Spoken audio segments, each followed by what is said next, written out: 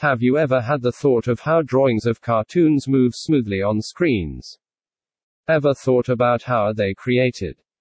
You might have an idea about how they are made now, but what do you know about the old ways?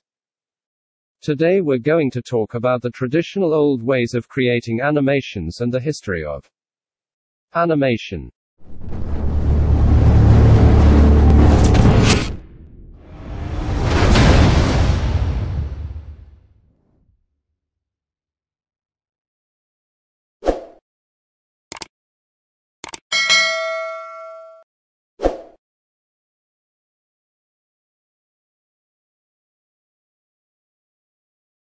While the history of animation began much earlier, this article is concerned with the development of the medium after the emergence of celluloid film. In 1888, as produced for theatrical screenings, television and non-interactive home entertainment of the cinematic industry, several different animation techniques were reinvented or painted animation. Hand-drawn animation, mostly animation painted on cells, was the dominant technique throughout most of the 20th century and became known as traditional animation.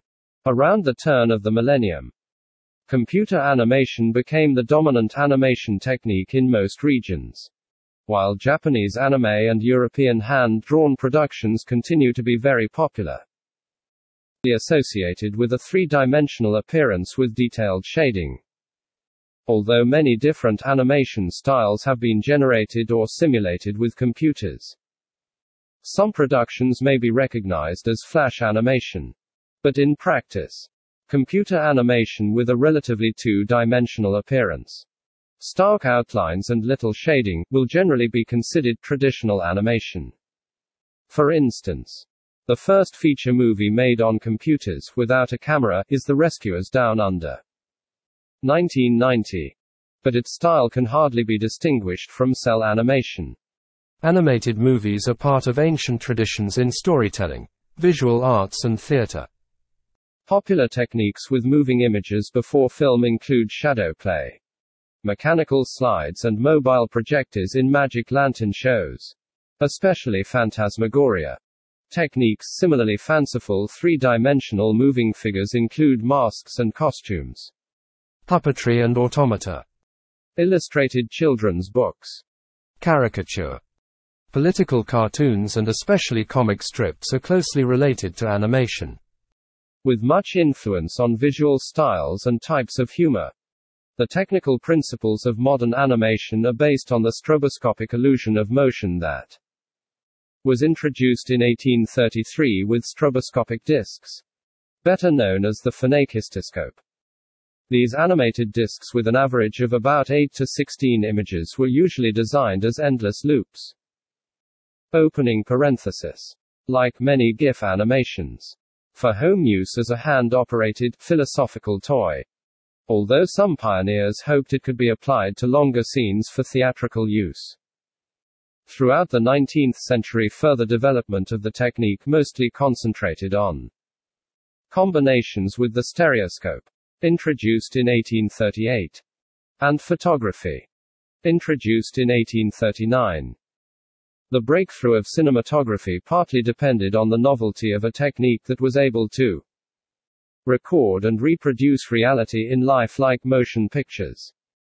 During the first years, drawing animated pictures seemed an archaic technique, until some artists produced popular and influential animated shorts and producers embraced cheap techniques to turn popular comic strips into animated cartoons.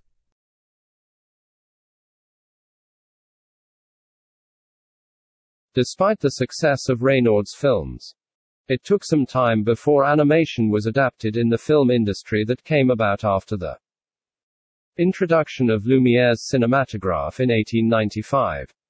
Georges Méliès' early fantasy and trick films, released between 1896 and 1913, occasionally contain elements that somewhat resemble animation, including painted props or painted creatures that were moved in front of painted backgrounds, mostly using wires, and film colorization by hand. Méliès also popularized the stop trick, with a single change made to the scene in between shots. That had already been used in Edison's The Execution of Mary Stuart in 1895 and probably led to the development of stop-motion animation some years later. Opening square bracket. 1. It seems to have lasted until 1906 before proper animated films appeared in cinemas. The dating of some presumed earlier films with animation is contested, while other early films that may have used stop-motion or other animation techniques are lost or unidentified, and thus can't be checked.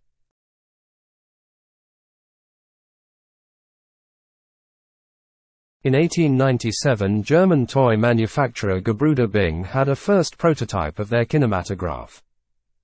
In November 1898, they presented this toy film projector, possibly the first of its kind, at a toy festival in Leipzig. Soon other toy manufacturers, including Ernst Planck and Georges Carrette, sold similar devices. Around the same time, the French company Lapierre marketed a similar projector. The toy cinematographs were adapted toy magic lanterns with 1 or 2 small spools that used standard Edison perforation, 35 mm film. These projectors were intended for the same type of home entertainment toy market that most of these manufacturers already provided with praxinoscopes and toy magic lanterns. Apart from relatively expensive live-action films, the manufacturers produced many cheaper films by printing lithograph drawings. These animations were probably made in black and white from around 1898 or 1899. But at the latest by 1902 they were made in color. The pictures were often traced from live-action films, much like the later rotoscoping technique. These very short films typically depicted a simple repetitive action and were created to be projected as a loop, playing endlessly with the film ends put together. The lithograph process and the loop format follow the tradition that was set by the stroboscopic disc, zoetrope and praxinoscope.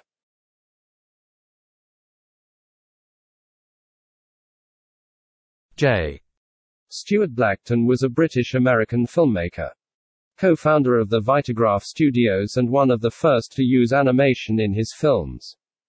His The Enchanted Drawing, 1900, can be regarded as the first theatrical film recorded on standard picture film that included animated elements, although this concerns just a few frames of changes in drawings. It shows Blackton doing lightning sketches of a face, cigars, a bottle of wine and a glass. The face changes expression when Blackton pours wine into the face's mouth and when Blackton takes his cigar. The technique used in this film was basically the stop trick. The single change to the scenes was the replacement of a drawing by a similar drawing with a different facial expression. In some scenes, a drawn bottle and glass were replaced by real objects. Blackton had possibly used the same technique in a lost 1896 lightning sketch film.